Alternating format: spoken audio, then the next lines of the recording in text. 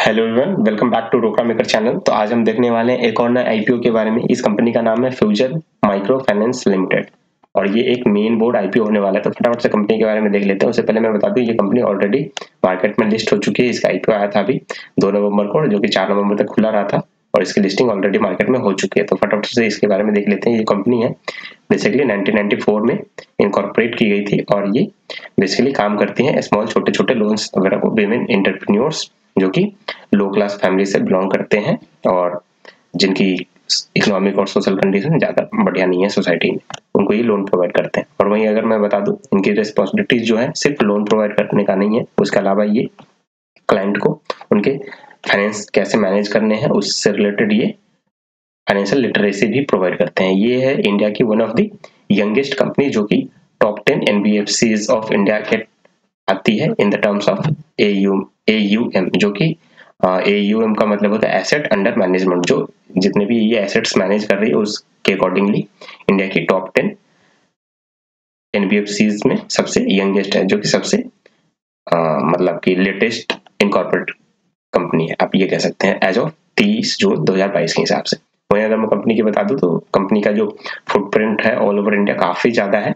इनकी आप कह सकते हैं करीब करीब 29 लाख एक्टिव बोरोवर्स हैं। उसके अलावा कंपनी ने जो नेटवर्क है कंपनी का वो 966 ब्रांचेज है ऑल ओवर इंडिया, जिसमें कि करीब करीब 9300 परमानेंट एम्प्लॉइज है। आप ये कह सकते हैं करीब करीब 19 स्टेट्स एंड कुछ यूनियन टेरिटरीज में काम करती हैं ऑल ओवर इंडिया के 377 डिस्ट्रिक्ट्स में एज ऑफ 30 जून 2022। वहीं मैं कंपनी की बात करूं तो ये इनका जो बिजनेस मॉडल है बेसिकली ये joint liability group lending model है, जिसमें कि आप ये कह सकते हैं कि जैसे आप दिल्ली में आपने सुना होगा कि कमिटीज चलती हैं छोटी छोटी, जिसमें कि 5-6 मेंबर्स होते हैं और एक दूसरे का लोन गारंटी देते हैं। तो यहाँ पे इनका रोल ये होता है कि जैसे किसी एक को लोन चाहिए 5-6 मेंबर में से, तो उसको लोन प्रोवाइड कर दिया और उसकी गारंटी कौन लेगा, क्योंकि इनके पास में तो ज्यादा एसेट्स वर्क नहीं होते। ये पहले वीमेन है, उसके अलावा इनके इकोनॉमिकली और सोशली लो क्लास फैमिली से बिलोंग करते हैं। तो इनकी गारंटी जो है बाकी 5 मेंबर लेते हैं, क्योंकि वो भी कुछ ना कुछ धंधा कर रहे हैं। तो जैसे अगर इन केस कुछ डिफॉल्ट होता है तो वो लोग इसके लोन को बियर करेंगे। तो ये ऐसा टाइप का मॉडल है। फिर अगले किसी को लोन चाहिए तो फिर उसकी गारंटी 5 देगा, ऐसे करके।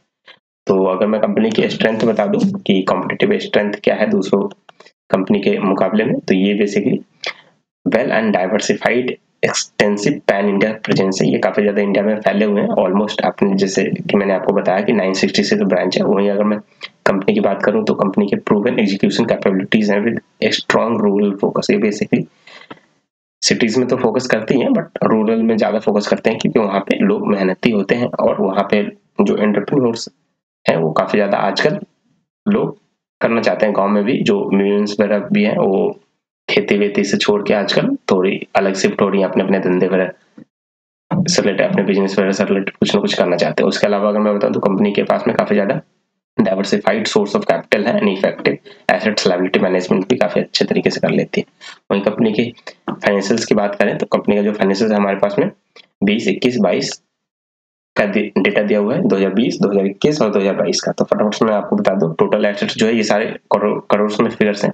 करीब करीब 4200 करोड़ के आसपास में 2020 में एसेट्स था। वहीं अगर मैं 2021 की बात करूं तो करीब करीब 5800 करोड़ था। फिर 2022 में ये 7290 करीब करीब 7300 करोड़ का है। और करंटली जो है 30 जून 2022 के हिसाब से डेटा के हिसाब से ये 7600 करोड़ का इनके पास में टोटल एसेट्स है। वहीं टोटल रेवेन्यू की बात करें तो 730 करोड़ था 2020 में, फिर ये 873 करोड़ हुआ, फिर ये अभी 2022 के हिसाब से 1201 करोड़ का। तो ये भी काफी बढ़िया है। और फर्स्ट क्वार्टर में 2022 के फर्स्ट क्वार्टर में इन्होंने ऑलरेडी 360 करोड़ का रेवेन्यू जनरेट कर लिया है। तो करीब करीब आप कह सकते हैं 360 से 4 से मल्टीप्लाई कीजिएगा तो 350 से करीब करीब 1400 करोड़ के आसपास का रेवेन्यू ये आराम से इस बार भी टच कर जाएंगे। वहीं प्रॉफिट आफ्टर टैक्स की बात करें तो 70 करोड़ था 2020 में, फिर 43 करोड़ हुआ, फिर 21 करोड़ हुआ और ये इस बारी 2022 में पहली ऑलरेडी 75 करोड़ कर चुके हैं। तो इस बारी का बिजनेस काफी बढ़िया चल रहा है। इन्होंने आप ये कह सकते हैं नेटवर्क भी करंटली कंपनी की करीब करीब 1416 करोड़ के आसपास है। टोटल बोर्डिंग्स कंपनी के पास में भी काफी ज्यादा है, क्योंकि ये आपको जैसे मैंने बताया लोन देना तो कहीं ना कहीं से ये लोन लेती हैं। फिर क्योंकि इनके पास में इतने पैसे थोड़ी है, ये कहीं से लोन लिया, किसी ने डिपॉजिट करे हैं, फिर इसको ये आगे लेंड करते हैं। तो इस टाइप का बिजनेस होता है, बैंकिंग टाइप का बिजनेस बट नॉट बैंकिंग है, क्योंकि यहाँ पे डेली बेसिस पे ये आप इसमें पैसे डिपॉजिट वगैरह नहीं कर सकते, सेविंग अकाउंट वगैरह नहीं होता। एनबीएफसी का ये मतलब होता है। उसके अलावा अगर मैं कंपनी का ऑब्जेक्ट बता दूं तो बेसिकली इनका एक ही ऑब्जेक्ट था, आईपीओ से पैसे रेज करने के पीछे कि ये अपने कैपिटल बेस को बढ़ाना चाहते हैं। जो कैपिटल बेस है, क्योंकि एसेट मैनेजमेंट कंपनी बेसिकली ये एनबीएफसी है, तो इनको ज़्यादा से ज़्यादा जितना ज़्यादा लोन देंगे उतना ज़्यादा इनको इंटरेस्ट मिलेगा। तो उसके लिए इनके पास में पैसे भी होने चाहिए, तो ये आईपीओ के थ्रू में उसको पैसे रेज कर रहे हैं। वहीं अगर मैं कंपनी की आईपीओ डेट की बात कर रहा हूँ तो ये 2 नवंबर से स्टार्ट हो 4 नवंबर तक चलने वाला था, और इसकी लिस्टिंग आपको 15 नवंबर को होते हुए दिखी थी, जो कि अभी 1-2 दिन पहले ही हुआ है। एक लॉट में आपको करीब करीब 40 शेयर्स मिलने वाले थे 368 रुपए के भाव से। प्राइस रेंज था 350 से 368, बट किसी को अप्लाई करना है तो हमेशा ही कट प्राइस पे अप्लाई करना चाहिए, सो दैट कि आईपीओ में आपको अलॉटमेंट मिलने के चांसेस ज्यादा हो जाते हैं।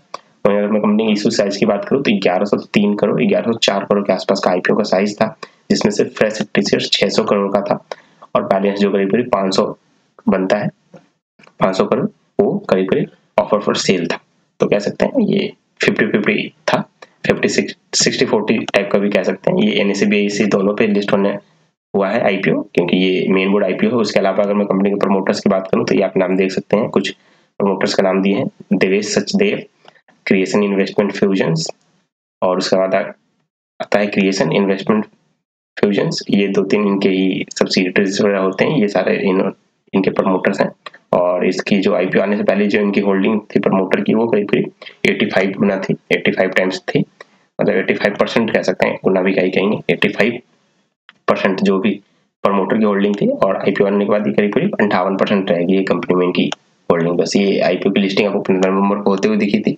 वहीं अगर मैं आपको बात करूं तो इसकी जो टोटल सब्सक्रिप्शन फिगर्स थे, इसके करीब करीब 3 गुना सब्सक्राइब हुए थे, और जिसमें क्यूआईबी ने करीब करीब 8.5 गुना सब्सक्राइब किया था। रिटेल ने तो इसमें बिल्कुल भी नहीं दिखाया था, क्योंकि इसी के दौरान काफी अच्छे आईपीओ चल रहे थे, जैसे बीकाजी हो गया, आर्किन केमिकल्स का हो गया, और भी 2-3 थे, स्टार हेल्थ का हो गया, जो कि आप कह सकते हैं कि मेदांता का जो आईपीओ आया है अभी, वो सारी चीज, तो मतलब काफी और भी आईपीओ चल रहे थे। इस वजह से इसमें फंड्स काफी कम गए थे, तो इस वजह से इसके सब्सक्रिप्शन काफी ज्यादा थी नहीं। इसके जीएमपी भी इनिशियली थे, बट फिर ये डाउन हो गए, और इसकी जो लिस्टिंग हुई थी, ये आपको लिस्टिंग आप देख सकते हैं, जैसे कि आईपीओ प्राइस 368 रुपए का था, और इसकी लिस्टिंग जो थी 360 रुपए के आसपास हुई थी, तो करीब करीब 2-3% के आसपास डिस्काउंट पे ये लिस्ट हुई थी। और इनका हाई ये 364 का लगाया था, बट कोई ज्यादा वो नहीं था। और करंटली इसका जो आईपीओ का जो प्राइस है, ये आप देख सकते हैं, ये जो करंटली आईपीओ प्राइस है 340 के आसपास पड़ रहा है, तो अभी भी ये लॉस नहीं है। 368 के आईपीओ प्राइस है, ये 340 पे है, तो ये अभी भी लॉस में चल रहे हैं। और उसके अलावा मैं अगर बात करूं तो कंपनी के जो रजिस्ट्रार है, ये Lincoln time India private limited है, और वही कंपनी के जो लीड मैनेजर्स हैं 3-4 के बारे में इन्होंने बताया है। ये आप देख सकते हैं कि आईसीआईसी सिक्योरिटीज थे, सीएल ऐसे इंडिया प्राइवेट लिमिटेड है, आईआईएफएल सिक्योरिटीज है, जेएम फाइनेंशियल्स, तो काफी अच्छे इनके लीड मैनेजर्स वगैरह हैं। ये काफी अच्छी चीज है इसके लिए। और इनका जो रजिस्टर ऑफिस है कंपनी का, बेसिकली न्यू दिल्ली में है, न्यू दिल्ली नारायणा बिहार में पड़ता है इनका रजिस्टर ऑफिस, तो ये भी ठीक ठाक ही है। ये सारी चीजें, कंपनी के फिगर्स वगैरह भी सही थे। इस कंपनी के आईपीओ में मैंने तो खैर अप्लाई नहीं किया था, बट मेरे फैमिली मेंबर्स से एक लॉट हमें मिला था अलॉटमेंट, तो जैसा कि आपको बताया कि हमने लिस्टिंग डे पे ही डिस्काउंट पे करीब 5-6% के आसपास लॉस पे हमने इसको निकाल दिया था। तो आप जरूर बताएं कि आपने इसमें अप्लाई किया था नहीं, और अप्लाई किया था तो आपको मिला था तो आपने क्या किया उसमें, क्योंकि अगर आपने अप्लाई किया तो इसमें कंफर्म अलॉटमेंट हुई थी रिटेल कैटेगरी में, जैसे आप देख सकते हैं 0.51 टाइम्स ही सब्सक्राइब हुआ था। तो ये इसमें 100% सबको अलॉटमेंट मिली थी। अगर आपको अलॉटमेंट मिली है तो आपने क्या होल्ड कर रखा है या फिर निकाल दिया, आप कमेंट करके जरूर हमें बताएं। तब तक के लिए थैंक यू सो मच। ऐसे वीडियो हमारे चैनल पे आते रहेंगे, और भी आईपीओज वगैरह से रिलेटेड, क्योंकि अगर आपको उसको देखना है तो हमारे चैनल को सब्सक्राइब कर दें। तब तक के लिए thank you so much. Keep watching programming.